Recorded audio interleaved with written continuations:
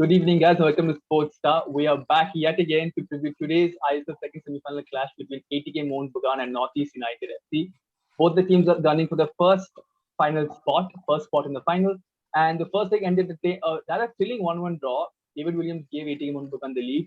But then Idrissa Silla, the substitute, came on and then scored a 93rd minute stoppage time equalizer to ensure that his side didn't go into the second leg with no advantage. Now, second leg, 1-1, no advantage for either side, of course, because there's no away goals rule this year. So, clean slate once again, and it's a game which is, well, the winner takes it all and finds a spot in the final where they will face Mumbai City FC, who beat FC Goa on penalties last night. So, I'll quickly run to Sudarshan, who can give us a small summary of how the previous first leg game played out between ATK Mohun Bagan and Northeast. Yeah, it was like a KG affair, considering the attacking talent that Mohun Bagan packed into the side at the start of the match. We all expected him to at least force the issue a bit more than they did. But they scored the early goal, a beautiful goal. David Williams' trickery just stood out the way. Even Krishna set him up with that long ball collection. They seemed like they were going to take the initiative, but even after that, they played with the handbrake on and then let Northeast into the game. And Jamil was very good with the substitutions later on because Silla came on as a substitute, and there was no Deshaun Brown at the start because he was declared unfit. And the substitutions worked well. He rejigged his defense, and then Silla scored that equalizer as well, which I would also lay some part of the blame with the goalkeeper because the way he was positioned, I didn't think it was right because even at a full length dive, he should have got to the ball, but he still hadn't. He was still scampering back. So I feel ATKMB were slightly let down by the tactics that Habaz actually employed. They should have ideally won the game. For me, like Northeast clearly missed the services of Deshaun Brown or particularly a striker in the first half because they were Gallego was like pinging those long balls into the box, but then they didn't have anyone to bring it down and then bring the others into play. Machado was the one who they were trying to pick out, and that clearly didn't work. And like when Silla came on, he was able to do that, but not sure whether Silla's introduction late into the game was due to him being unfit, or the fact that he probably didn't trust the striker which he had at his disposal to start from the beginning.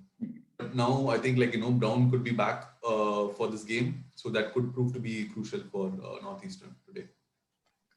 Yeah, I think that's essentially both teams are going to look a slightly different way because ATK Mohun Bagan did not feature Teddy, Sandesh Jhingan, or Edu Garcia in the previous game. Jhingan, of course, was injured with the abdominal strain that he picked up in the last league game, whereas Edu Garcia has still yet to recover, and Teddy also picked up a strain, I think, the pre-match training. The three of them missed out. The three of them coming back today could compete in the dimension for ATK Mohun Bagan. Abbas had employed Carl Mish, surprising a centre back, but actually Mechu did a fantastic job. He arranged the squad extremely well, and I think was very vocal. We could hear him in the broadcast, very vocal, and I think he did a fantastic job of arranging his defense that day. So now it remains to be seen if Abbas want to tinker with his backline, if you would let Mechu remain there. How do you think the size of 18 Mohun will line up today? Arjun? How do you see their starting 11? I mean, they are spoiled for choices if all their players are back available. Like if Sandesh Jhingan and Tiri are first choices, then there's a good possibility that he could go back to them.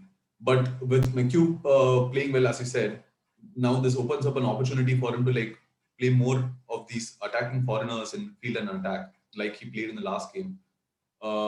So not sure whether he's gonna stick with the lineup which he had.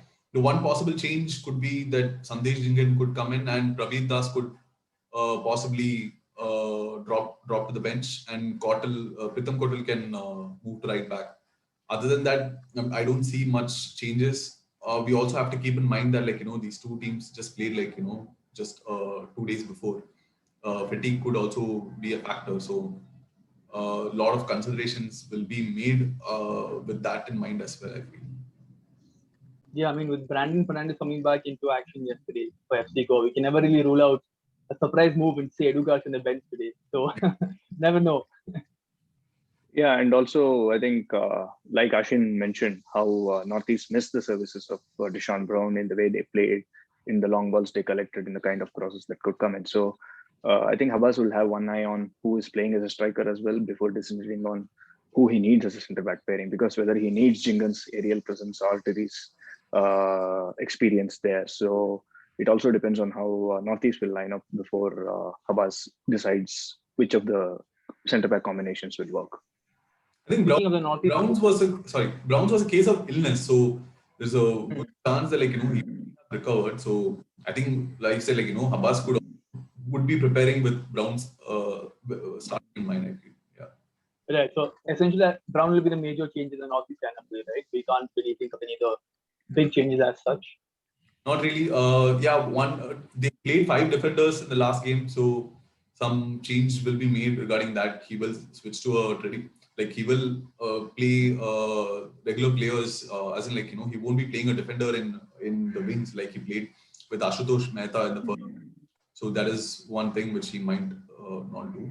But both teams will we saw in the first leg, they will still want to suss each other out in the first few minutes. There, I don't see whether they're gonna go at each other from the first minute. It's gonna be like a long drawn out affair, like a boxing game, be like as to see who could land that one final decisive punch. Yeah. Yeah, Northeast United is a club that's known to score in the opening in the first half. They scored majority of the goals in the first half, and ATK Moonbahn is the complete opposite. But in the first leg, like Ishfaq Ahmed said in broadcast, ATK Moonbahn seemed to have scored too soon. So almost like they're not used to the situation where they have a lead in the opening half, in the opening 30 minutes of play. Like, what do we do now? So it seems like almost like a roles reversal, and then Northeast United. It's actually like the roles reversal. Northeast United comes back and then scores the stoppage time equalizer. So I mean, maybe today we can see more, so to say, traditional play from both the teams. But that kind of brings me to the next question: who do you guys think is going to be the game changer today? Because yesterday we saw, none of our picks really came through, but like yesterday's game was something that went right down to penalty shootout, and none of us have really picked a single player in that shootout as well. But okay, let's say 120 minutes of play. Okay, let's say 120 minutes of play. Who do you guys think would be the game changer? I'll start with you, Sudarshan. I would pick David Williams because he has this uncanny ability to score in these big games, and his goals have all been consequential. And even the first goal that he scored was actually superb trickery. The way he sent the defender the other way, the way Krishna and him combined. So I feel David Williams has the potential to prove the difference maker again. I think there's a lovely stat attached to that. That ATK, Anthony Habas' side has never lost when David Williams is scored.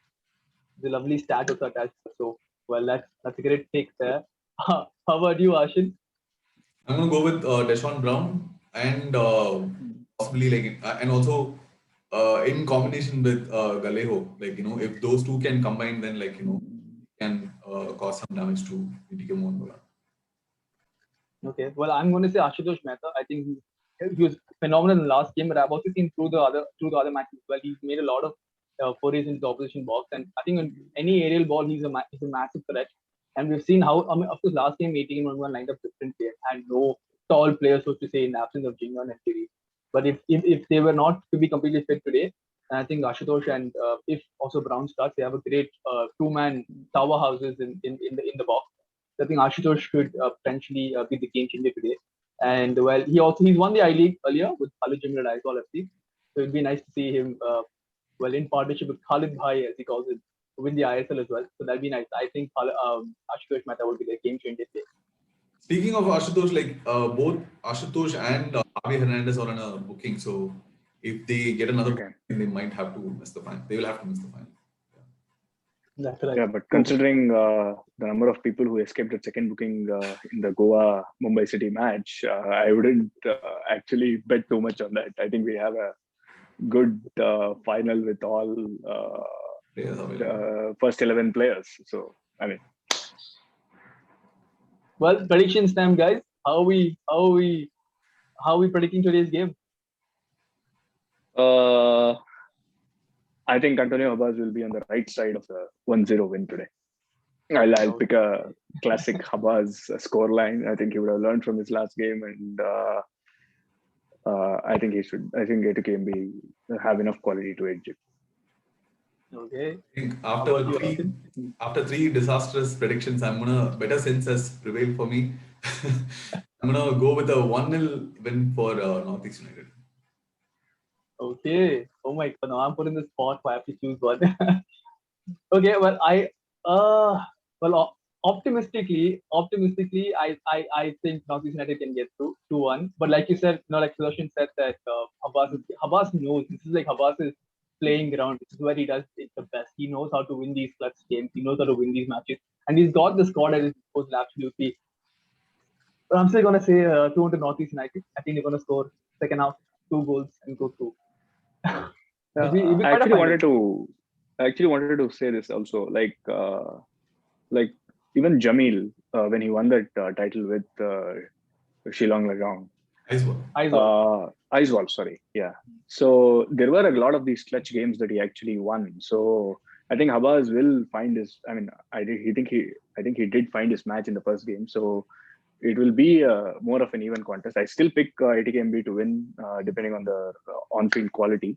But Jamil has shown that he can actually do a similar job as well. So I hope it's a good battle. Fantastic. So an enthralling battle on the cards for us this evening at 7:30 p.m. is kickoff. We will be live blogging the game from 5:30 p.m. So make sure to check out our live blog on sportstar.thehindu.com. Live blog from 5:30 p.m. And we've got an exclusive, massive interview with Khalid Jamil where he discusses all things ISL, about how Indian coaches should be given chances to coach in the ISL, and about how his journey in with Northeast has been so far this season. Where he took over mid-season, he took over after Ned Gerrard was let go of. So how his equation of the players is and all of that. A lot of interesting things. So make sure to check that out on our blog at 5:30 p.m. And yes, do visit our website, which is sportstar.thehindu.com, where we've got everything to do with the ISL. We've got podcasts, news, live news, Predator 11 match, head-to-head stats, videos. What else do we have? Quizzes, FAQs, you name it. We've got it all.